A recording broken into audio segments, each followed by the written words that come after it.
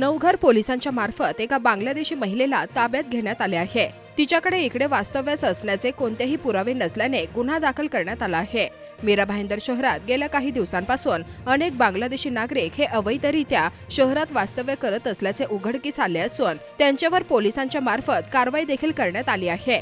याबाबत पोलीस उपायुक्त परिमंडळ 1 प्रकाश गायकवाड यांनी सांगितले की शहरातील नागरिक घर कामासाठी एखाद्या व्यक्तीला ठेवतात, मात्र असं करताना तो आपल्या शहरातील आहे त्याच्याकडे काही पुरावे आहेत का याची खात्री करत नाहीत। काही जण बांगलादेशी नागरिकांना घर कामाकरता ठेवतात, मात्र त्यांच्याकडे कोणताही पुरावा नसताना त्यांना कामाला ठेवणे, त्यांची कागदपत्र बनवण्यास मदत करणे गुन्हा आहे। असे करणाऱ्यावर देखील गुन्हा दाखल करण्यात येणार आहे।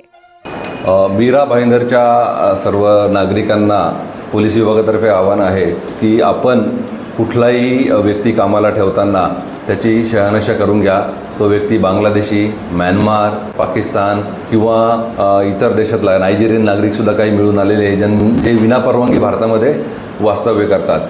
तर अशा नागरिकांविरुद्ध आपण पासपोर्ट अधिनियम आहे, विजाचा अधिनियम आहे, याच्यानुसार कारवाई करत असतो। पण अशा लोकांना आश्रय देणे, त्यांना कागदपत्र बनवायला मदत करणे, त्यांना कामावर ठेवणे ह्या गोष्टी करणं सुद्धा गुन्हा आहे।